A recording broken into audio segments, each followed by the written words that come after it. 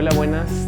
Estamos en el curso sobre Introducción a los Feminismos Contemporáneos, teorías queer, interseccionalidad, ¿ya? Dentro de lo que son las teorías feministas, y tenemos a un invitado, ¿ya?, muy especial que nos viene como a apoyar y a poder a conocer más sobre estas teorías. Es Jorge Díaz, que es biólogo, feminista, ¿ya?, doctor en bioquímica. Actualmente estudia las neuronas, el cáncer, y siempre de una mirada transdisciplinar. Además, Jorge Díaz es poeta, escritor, ¿ya? Así que es un gusto tenerte acá para poder compartir, conversar, Jorge, sobre cuestiones que nos han vinculado ya hace un tiempo, que tienen que ver con el activismo feminista, ¿ya? No hay que olvidar que el feminismo parte y tiene su base dentro de lo que es el activismo, y generalmente el feminismo siempre queda un poco olvidado en lo que es la universidad, los saberes. Entonces me parece que es una buena oportunidad para poder legitimar este pensamiento y ir discutiendo, ¿ya? Y eso, entonces quizás la primera sorpresa es que hacen dos biohombres discutiendo sobre feminismo en un curso de feminismo, y yo creo que esa extrañeza es interesante, ¿ya? Digamos, y algo que nos ha cruzado es pensar el feminismo. Entonces, ¿tú cómo ves esto de los feminismos, la diversidad de feminismos, y si el feminismo es solo de mujeres? Yo creo que de alguna manera hay una vinculación nuestra hacia el feminismo en relación a las políticas sexuales que han existido en el país, que también tienen un correlato a nivel internacional y que han tenido que ver con que por un momento estaba la idea del movimiento gay como un movimiento que apelaba hacia unas lógicas más tradicionales de la conformación de la familia, el matrimonio, y el movimiento feminista que luchaba y lucha y sigue luchando por la emancipación de los cuerpos en general y sobre todo, por ejemplo, tomando en perspectiva la discusión sobre el aborto.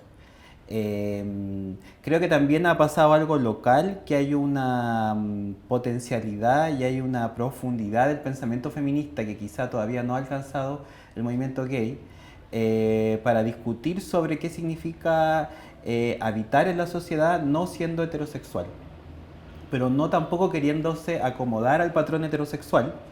Y yo creo que ahí quizá podría responder la idea del feminismo como una práctica política, una práctica teórica, una práctica de vida, que desborda los marcos más tradicionales de la identidad de ser mujer. Si bien el feminismo es un conocimiento y una práctica política que nace desde las mujeres, también yo creo que nosotros nos hemos vinculado desde la mirada no heterosexual que apunta al feminismo.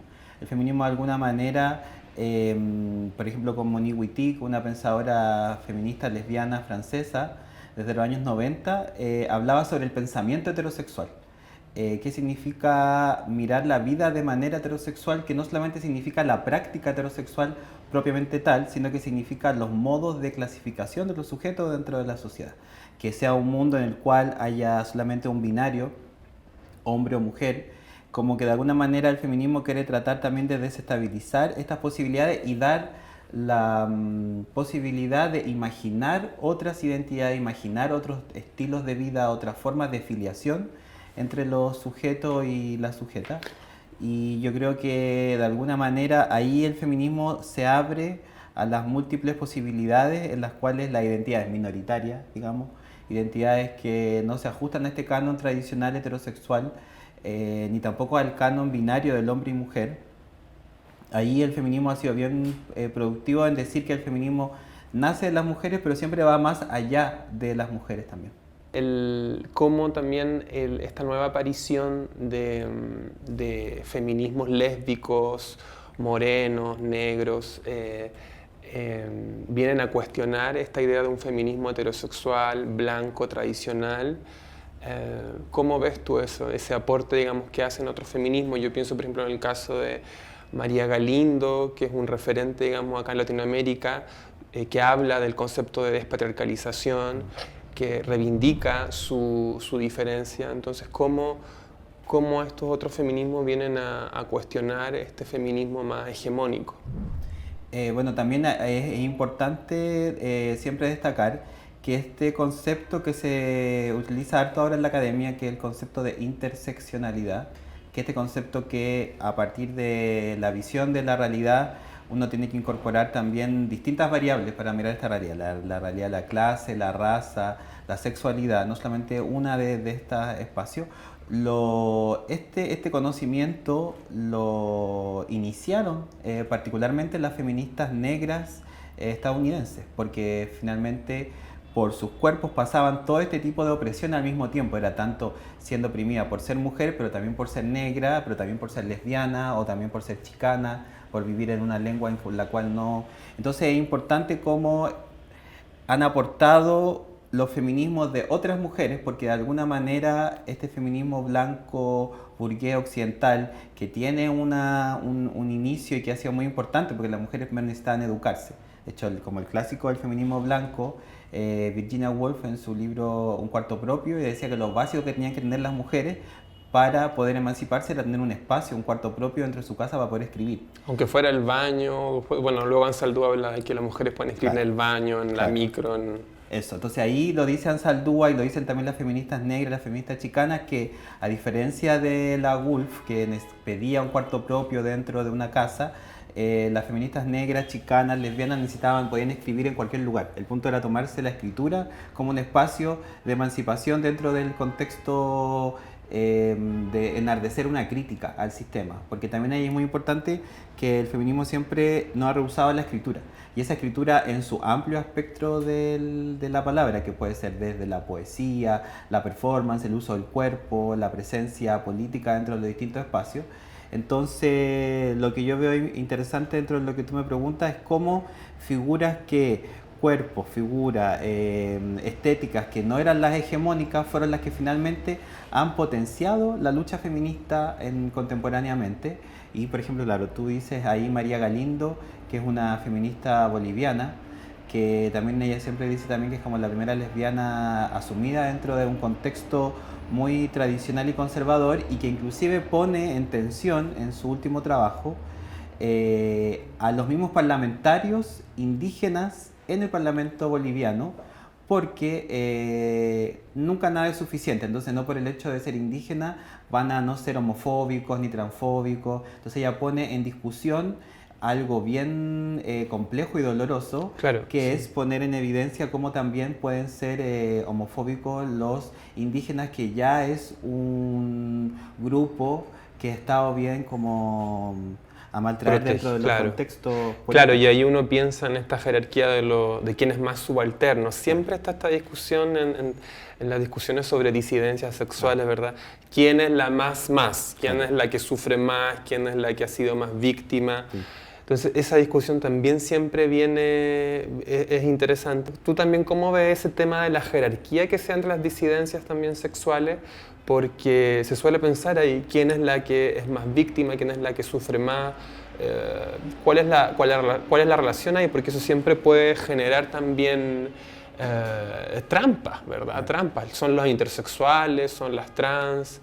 Es necesario, y algo ahí obviamente que es importante decir, que siempre la política y economía neoliberal nos dice que cada identidad sexual debe estar separada entre sí. Las lesbianas en su lucha, los gays en sus luchas, las trans en las luchas, las mujeres en sus luchas. Pero sabemos que eso no va a generar transformaciones. Sí.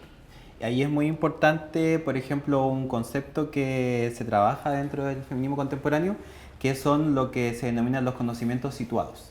Es decir, que las luchas y las resistencias que se van a dar dentro de cada contexto van a depender justamente de su contexto. De hecho, a partir de eso sería súper interesante conversar o al menos patentar los conflictos que significó, por ejemplo, la venida de Silvia Federici, que es una feminista italiana, norteamericana, muy importante, que nosotros la hemos leído y que tiene un efecto muy potente sobre todo en el movimiento social, pero también como su mirada de la anarquía quizás en Chile esa mirada que ella traía no hacía tanto sentido en nuestro contexto local, es decir, la realidad que ella hablaba de una crítica a los poderes en Estados Unidos, quizá esos poderes en Chile y en Latinoamérica adquieren otra relevancia.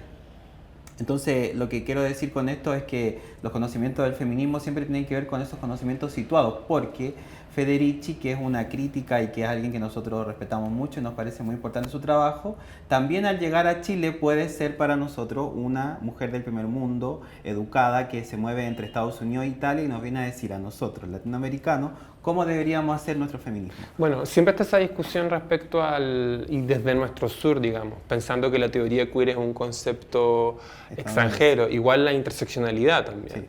Que vienen desde el norte. ¿Cómo estos conceptos cómo los adaptamos, claro, cómo respondemos también como movimiento a estos conceptos, cómo los reapropiamos? Entonces, en ese sentido, por ejemplo, me parece bien interesante el contexto latinoamericano que se está viviendo hoy contra, por ejemplo, este concepto de la ideología de género, claro, y cómo la derecha se está organizando para justamente criminalizar este concepto y para oponerse básicamente a la educación sexual, a la educación en género. Y fíjate que un argumento que ocupan las personas de derecha es precisamente contra la ideología de género, es decir, que la ideología de género, las teorías de género, lo que estarían diciendo es que ya no existen ni varones ni mujeres. Y que eso obviamente les aterra. Y de hecho, una de las grandes referentes de teoría queer en el mundo, Judith Butler, el año pasado en Brasil casi que la quemaron y golpearon a su pareja. Entonces, ¿cómo ves tú eso? ¿Cómo respondería a estos grupos que dicen que estas teorías están diciendo que ya no existen ni hombres ni mujeres, que están un poco...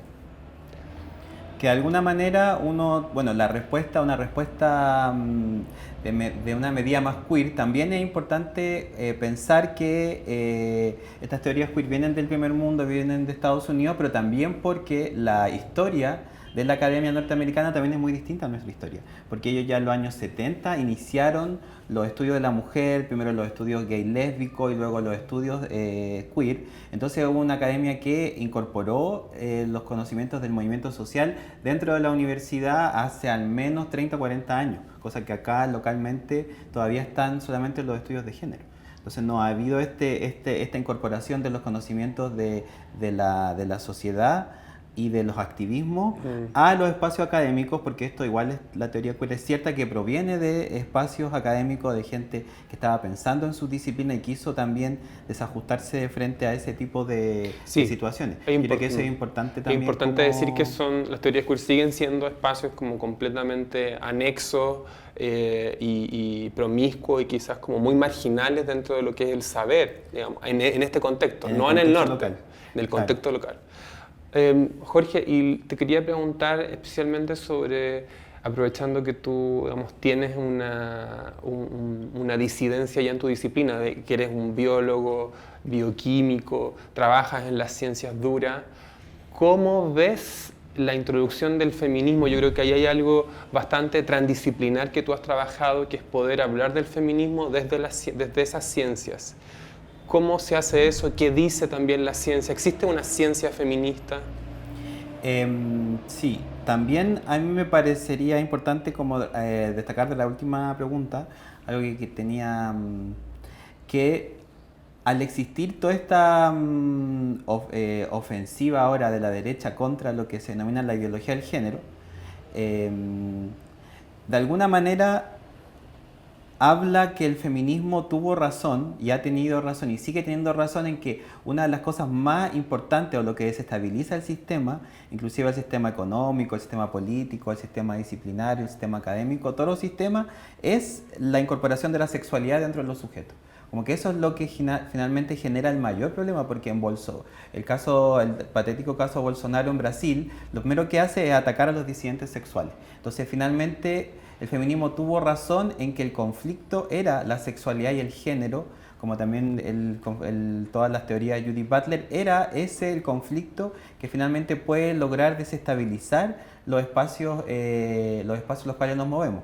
Y ahí mismo yo entraría al concepto de lo que yo trabajo dentro de los contextos científicos, en los cuales son contextos extremadamente heterosexuales. Por ejemplo, a mí me pasa que la ciencia tiene una idea muy jerárquica siempre del conocimiento y siempre está esta idea también siempre de la premiación, del mejor científico, del Nobel y todo eso. Entonces siempre que yo he ido a los congresos o a presentaciones científicas, la gente que gana estos premios o que están actualmente en altos cargos de la universidad, la mayoría de los científicos que están en cargo de la universidad en Chile son hombres heterosexuales de países no colonizados, la gran mayoría son europeos. Yo he trabajado con suizos, alemanes, irlandeses, es decir, los científicos chilenos no son chilenos, sino que son extranjeros, blancos, y esto genera también una manera de mirar el mundo desde un espacio mucho más colonial. Entonces, finalmente, siempre también estas personas tienen estos estilos de vida, que han sido los estilos de vida hegemónicos, y son los que siempre se mueven, en los que uno tiene que ir viviendo, porque son los espacios también del conocimiento, y que no los van a soltar esos espacios estos sujetos más de corte privilegiado. Y yo creo que ahí hay un tema, porque se invisibilizan otros modos de vida y otros modos de conocer la realidad. Yo creo que eso como que de alguna manera nos condiciona.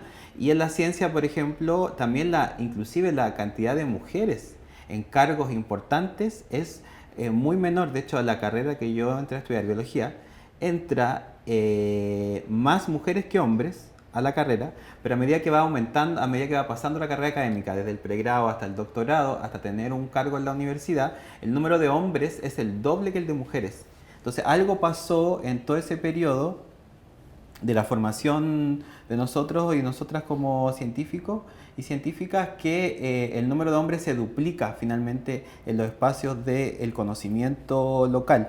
Y eso tiene efectos muy potentes, porque son los efectos de lo que uno va a investigar o cómo uno va a investigar. Y bueno, te quería preguntar eso, o sea, ¿qué dice la ciencia o qué dice una ciencia feminista? ¿Qué nos puede decir la ciencia feminista a las disidentes sexuales? ¿Qué aprendizajes, qué has podido ver en tu recorrido, en tu trayectoria? Yo en el recorrido local ha sido bien complejo poder establecer algo así como una ciencia feminista, porque en general tiende a ser un espacio que desestima, por ejemplo, los conocimientos como los conocimientos de la metáfora o la poesía dentro de poder entender estas realidades. Pero yo creo que lo que yo he podido ver, por ejemplo, hay algunas científicas que están trabajando de manera importante, sobre todo en poner en cuestión el binomio masculino-femenino, macho y hembra, hombre y mujer. Como que la gran mayoría de la ciencia feminista lo que hace es que pone en tensión este binarismo, que finalmente es el binarismo que nos construye socialmente. Y yo he hablado harto de una investigación de una bióloga israelí, Daphna Joel, que ella demostró que no existe ni el cerebro femenino ni el cerebro masculino, sino que ella habla de una teoría del cerebro como un mosaico. Ella fue particularmente a sectores del cerebro donde se secretan las hormonas, estas hormonas sexuales, parte que se inicia un proceso de las hormonas sexuales como precursores de estas hormonas, sectores cercanos al hipotálamo, y ella demostró que no habían diferencias muy importantes en los cerebros femenino y masculino, y esto tiene efectos muy importantes y muy potentes, porque siempre está esta idea de que las mujeres, por ejemplo, son malas en matemáticas y los hombres son buenos en el área de la ciencia. Pero este tipo de investigaciones como la que hace esta bióloga haría una ciencia feminista, porque ponen en jaque presupuestos culturales que tienen efectos directos sobre los sujetos.